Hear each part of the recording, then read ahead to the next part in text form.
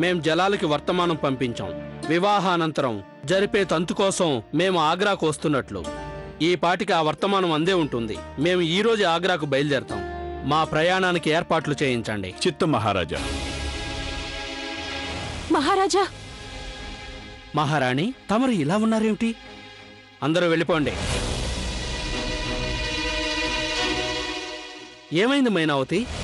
తమరు ఎందుకలా భయపడుతున్నారు? మహారాజా, నేనొక ఆందోళనకరమైన పీడికలు చూశాను. మన అమ్మాయి జోధాకి ఏ హాని జరగకూడదు. తను క్షేమంగా ఉండాలి. మైనావతి, జోధా క్షేమంగానే ఉండుంటుంది. ఏమోనండి, నాకెందుకో చాలా గాబరాగా ఉంది. నాకొచ్చిన కలలో నా కూతురు ఆత్మహత్య చేసుకుంది. కొంచెం సహనం వహించాలి మైనావతి. నువ్వు కన్నది కేవలం కల మాత్రమే. లేదండి, జోధా అక్కడ ఏదో ఆపదలో ఉంది. తనకి ఇష్టం లేకపోయినప్పటికీ ఆమెరుని కాపాడడానికి మనం తనకి జలాలతో వివాహం జరిపించేశాం. తనకేం జరిగినా బాధ్యతంతా మనదే, తప్పంతా కేవలం మనదే. మైనావతి, మన జోధా మొగలాయ సామ్రాజ్యానికి మహారాణి. తనక్కడ సంతోషంతో సుఖంగానే ఉండుంటుంది. లేదు, ఏంటో నా మనసు ఒప్పుకోవడం లేదు.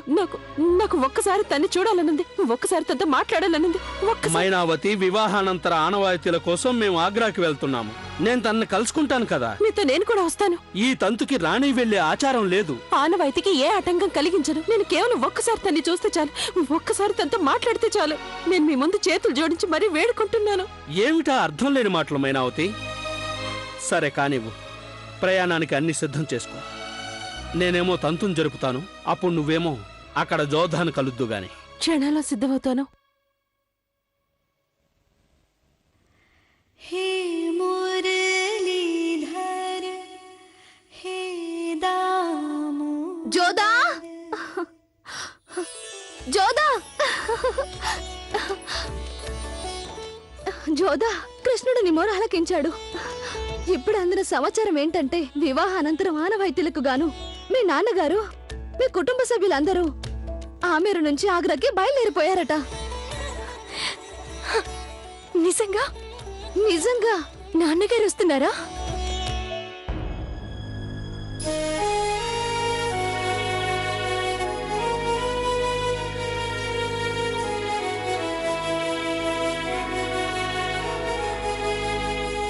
నీ మొహం ఎందుకలా వెలవెలబోయింది? ఇంత ఆనందమైన వార్త విని కూడా మీరు ఆనందపడ్డం కంటే ఇది ఆందోళన పడే విషయం మోతి. ఆందోళన దేనికి? నీకు తెలుసు కదా మోతి, షహిన్షా నా మీద ప్రతీకారం తీర్చుకోవడానికి సిద్ధంగా ఉన్నారు. నా మనసు గాయపరచగలిగే ఎలాంటి అవకాశం వచ్చినా ఆయన వదులుకోరు. అందరి సమక్షంలో ఆయన మాన్సింగ్ ని క్షమించేశారు. పైగా తనకి రాజనీతి నేర్పిస్తానని కూడా అన్నారు. దీని వెనుక ఆయన ఉద్దేశం ఏంటో తెలుసా మోతి? ఆయన మాన్సింగ్ ని తన వాళ్లపైకి ఉసిగొల్పదల్చారు. అలా చేసి ఆయన మన వీరుల నెత్తురు పారాలని ఆశిస్తున్నారు. ఇలాంటి స్థితిలో నాన్నగారు రావడం, నా భయం ఏంటంటే సహించా గారు మా గల సంబంధాల గురించి నాన్నగారికి చెప్పేస్తారేమోనని. నన్ను ఎంత బాధ పెట్టినా భరించగలను, కానీ నా వాళ్లను బాధ పెడితే తట్టుకోలేను.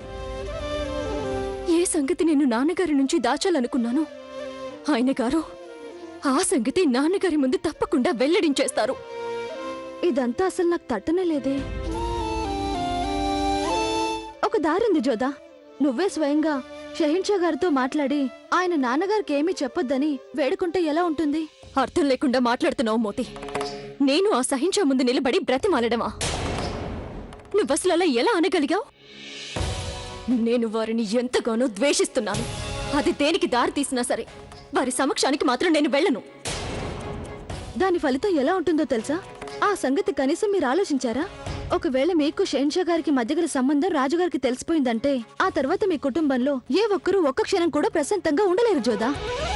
ఆయన వాళ్ళ మనసులు గాయపడకుండా ఉండాలంటే అందుకుగాను మీరు మీ మనసును సర్దిపుచ్చుకోవాలి జోదా. షహిన్షాతో మీరు మాట్లాడి తీరాల్సిందే. అయినా షహిన్షా పట్ల మీ ద్వేషం ముఖ్యమో లేక ఆయన వాళ్ళ బాధ ముఖ్యమో ఆలోచించుకోండి. ఇక మీరేం నిర్ణయించుకుంటారో మీ ఇష్టం జోదా.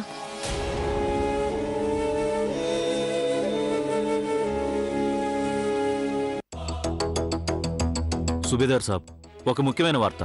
మన సైనికులు సుజామల్లో ఆమేరు కొండల్లో తిరుగాడుతుంటే చూశారట. వాణ్ణి పట్టుకోవడానికి సైనికుల్ని సిద్ధం చేయి. పోయినసారి వాడు మనల్ని వంచన చేసి తప్పించుకుపోయాడు. ఈసారి వాడు మన బారి నుంచి తప్పించుకుపోకూడదు.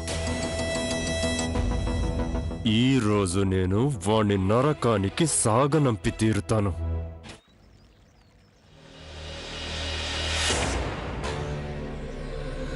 రా షరీఫుద్దీన్. బ్రహ్మాండం. చూడకుండానే గుర్తుపట్టేశావే. వెనక నుంచి దాడి చేసేవాడు షరీఫుద్దీన్ కాక ఇంకొకడు ఎలా అయ్యుంటాడు?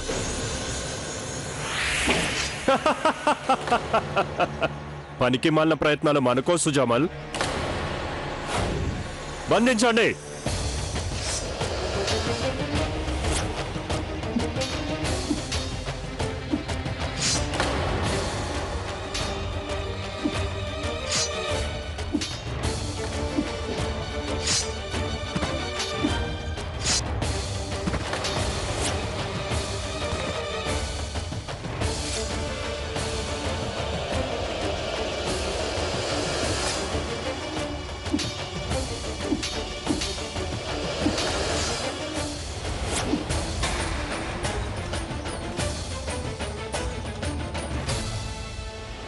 నువ్వు నా మీద వెనక నుంచి దాడి చేశావు, అది కూడా క్షమించేశాను. కానీ యువరాజు సూర్యభానుడి హత్యకు మాత్రం నిన్ను ఎప్పటికీ క్షమించను.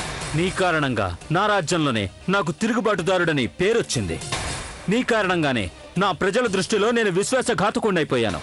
నీ కారణంగానే నా కుటుంబ సభ్యుల ముందు నేను తలదించుకోవాల్సి వచ్చింది. మన్నించు. నేను ఎవరి పాదాలు నాకే రకం కాదు, అలాగే వేరొకరి చెత్త నా పాదాలు నాకించుకునే అలవాటు నాకు లేదు. ఇక్కడికిక్కడే నీ తల నరికేసి యువరాజు సూర్యభానుడి హత్యకు ప్రతీకారం తీర్చుకోవాలనుకుంటున్నాను. ఎలా అయితే నువ్వు సూర్యభానుడి తల ఆమీరుకు పంపించావో అలాగే నీ తల నరికేసి ఆగ్రాకి పంపించాలనుంది. కానీ నేను అలా చేయడం లేదు. ఎందుకంటే నువ్వు షెహన్షా జలాలుద్దీన్కి బావగారివి కనుక, మా చెల్లెలు జోధా వారికి భార్య అయింది కనుక. కానీ అంత మాత్రం చేత నువ్వు ఆనందించుకో. నేను నీకు శిక్ష విధించే తీరుతాను.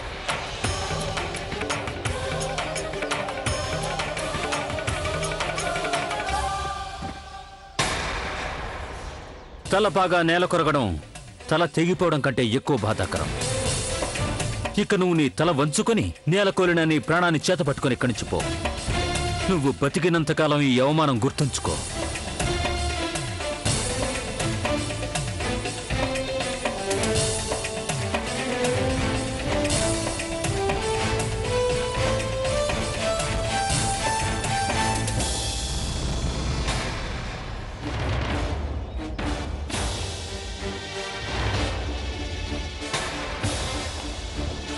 సుజామల్, నువ్వు నా నుంచి తప్పించుకోలేవు. ఈ అవమానాన్ని, ఈ సంఘటనని ఎవరికీ తెలియకుండా చూసుకోవాలి. ఇది గనక జలాల్కి తెలిసిపోతే తనకి నా మీద గల నమ్మకం తక్షణమే పటాపంచలైపోతుంది.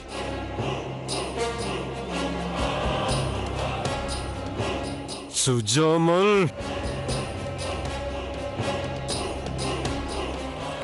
వివాహానంతరం జరిపే తంతు జరిపించడానికి భారమల్లు మహారాజు ఆగ్రాకి బయలుదేరిపోయాడు. తన కూతురు జోధాని చూడబోతున్నానని మైనావతి ఎంతో సంతోషిస్తుంది. కానీ అక్కడ ఆగ్రాలో దీని గురించి జోధా ఎంతో కలవరపడుతోంది. తనకి జలాల్కి గల సంబంధం తండ్రికి తెలుస్తుందేమోనని జోధా ఆందోళన. నన్నేం చేయమంటావు మోతి? నేను బానే ఉన్నానని మా వాళ్ళందరికీ నమ్మకం కలిగించాలి. వాళ్ళకి ఈ విషయంలో ఎలాంటి ఆందోళన కలగకూడదు. ఆయన గారి విషయంలో నాకు బొత్తిగా నమ్మకం కుదరడం లేదు. ఇంకా వేళ మించిపోలేదు. నేను చెప్పినట్టు చేయండి. జోదా, ఒకసారి వారితో మాట్లాడి చూడండి. వారు మీకు భర్త కదా, వారు మీ మాటని కాదనబోరు, ఒప్పుకుంటారు. ఆయనేమి ఒప్పుకోరు మోతి. నేను నా కుటుంబ సభ్యులు బాధపడ్డం చూసి వారు ఎంతగానో ఆనందిస్తారు. ఇక మా అమ్మ కంట పడకుండా ఈ ద్వేషాన్ని కప్పిపుచ్చడం ఎలా? వివాహానికి ముందు కూడా మీరు పెట్టిన షరతుల్ని వారు అంగీకరించారు కదా. మరి అంతగా సందేహించకండి. ఒకసారి షెహన్షా గారితో మాట్లాడి చూడండి జోదా. సరే, అమ్మని నాన్నగారిని సంతోషపెట్టడానికి నేను ఏం చేయడా?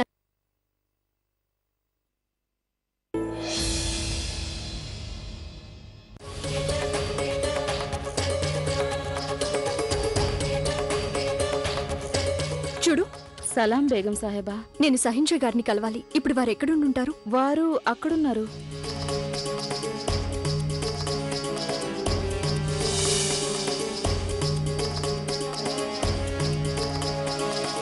నేను షహిన్షా గారిని కలవాలనుకుంటున్నాను. చిత్తం బేగం సాహెబా, నేను షెహన్షా గారికి ఈ సంగతి చెప్పొస్తాను.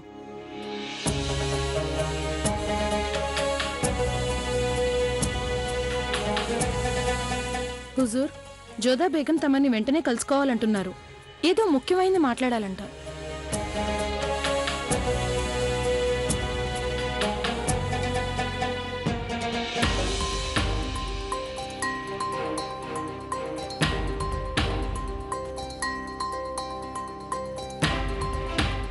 సుస్వాగతం జోధా బేగం. మీరంతా వెళ్ళిపోవచ్చు.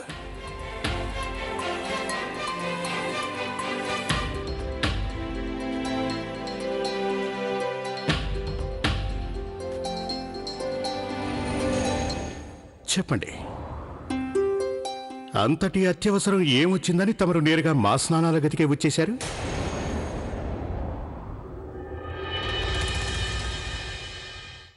చెప్పండి, ఏం చెప్పదలుచుకున్నారో చెప్పండి తమరు. మా తండ్రి గారు ఆగ్రాకి చేరుకొనున్నారు.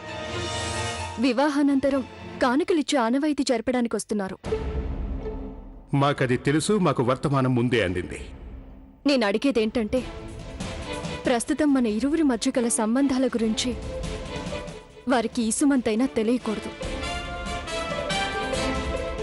తెలిస్తే ఆయన చాలా బాధపడతారు.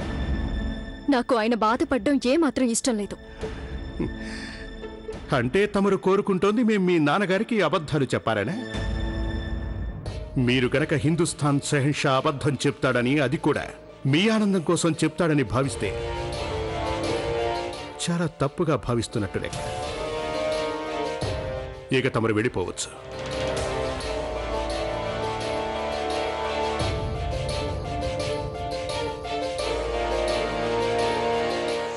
ఆగండి, మాకొక్క విషయం చెప్పి వెళ్ళండి. తమరేమో మా ఆశలన్నిటినీ తెంచి పారేస్తారు, కానీ అందుకు బదులుగా మేము మీ ఆశల్ని తీర్చాలి అని కోరుకుంటారు. తమరు మా సొంతమైనప్పటి నుంచి అదే పనిగా షరతులు షరతులు షరతులు పెడుతున్నారు. ఒకసారి మతం విషయంలో షరతు, మరోసారి ఆలయం షరతు, దుస్తుల విషయంలోనూ షరతు. ఇప్పుడేమో మీరు మమ్మల్ని వచ్చి అడుగుతున్నారు మీ నాన్నగారికి మేము అబద్ధాలు చెప్పాలి అని.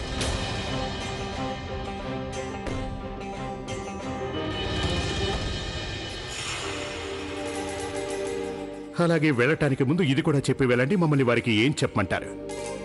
ఎందుకంటే మాకు అబద్ధాలు చెప్పడం చేత కాదు. ఏం చెప్పమంటారు? అదే, ఏం చెప్తారంటే మన ఇద్దరి మధ్య అంతా బాగుందని చెప్పండి. మనం సంతోషంగా ఉన్నామని చెప్పండి.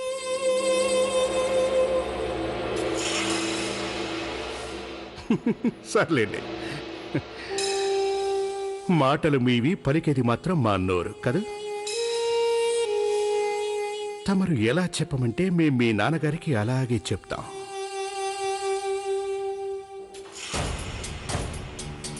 అయితే అందుకు బదులుగా మీరు మేము చెప్పే ఒక షరతుని పాటించవలసి ఉంటుంది. షరతా? ఏ, షరతులు పెట్టడం కేవలం మీ ఒక్కరికే వచ్చా?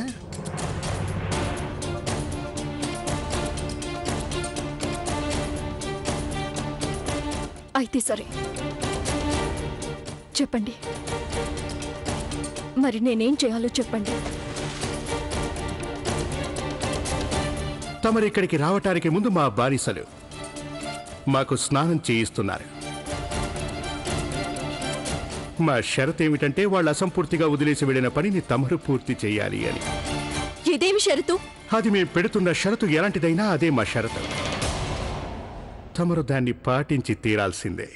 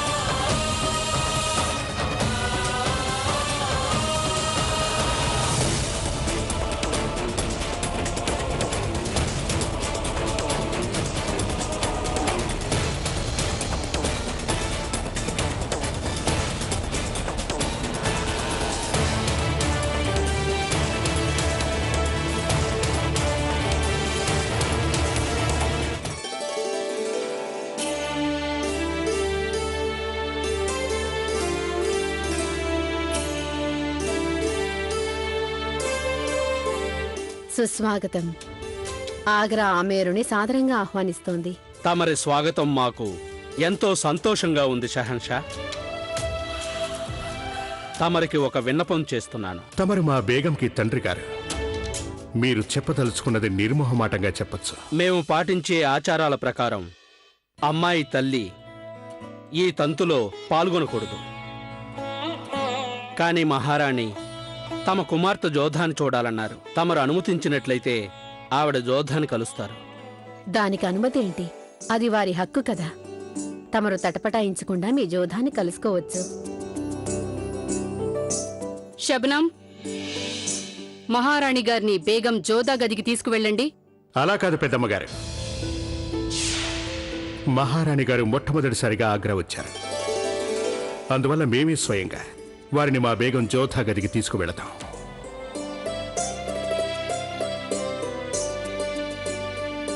దయచేయండి రాణిగారు.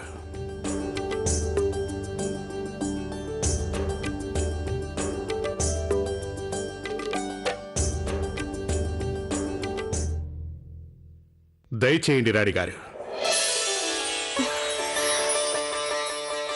అమ్మా జోదా,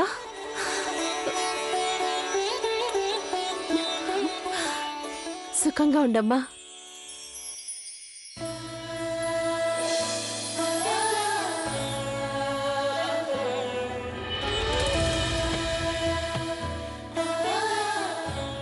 అమ్మా నువ్వు వచ్చేసావా? నా మనసు నిన్ను చూడాలని తప్పించింది, అందుకే వచ్చేసాను. మీరిక తీరుబాటుగా కబుర్లు చెప్పుకోండి. మాకిక సెలవిప్పించండి. అల్లుడు గారు, మా అమ్మాయి జ్యోతకి తమరు పాటించే తమరి ఆచారాలు ఆనవాయితీలు కొంచెం కూడా తెలియవు. ఏవైనా పొరపాటు చేసుంటే తనకు ఏమీ తెలియదని ఎలా అనగలం? మహారాణి గారు, మీ కూతురు జోధ ఎంతో తెలివైనవారు. మాటలు మీవే కాని అవి వెల్లడయ్యేది మా నోటి నుంచి. మీరు ఎలా చెప్పమంటే అలాగే మీ నాన్నగారికి చెప్పడానికి మేము సిద్ధం. ఆవిడ ఏదైనా చాలా త్వరగా నేర్చుకుంటారు. అవునా? ఇక నిన్నటికి నిన్న తనకు కొత్త ఆచారం మేము నేర్పించాం. ఒక్కసారి చెప్పాం. అంతే కదా జోధా బేగం?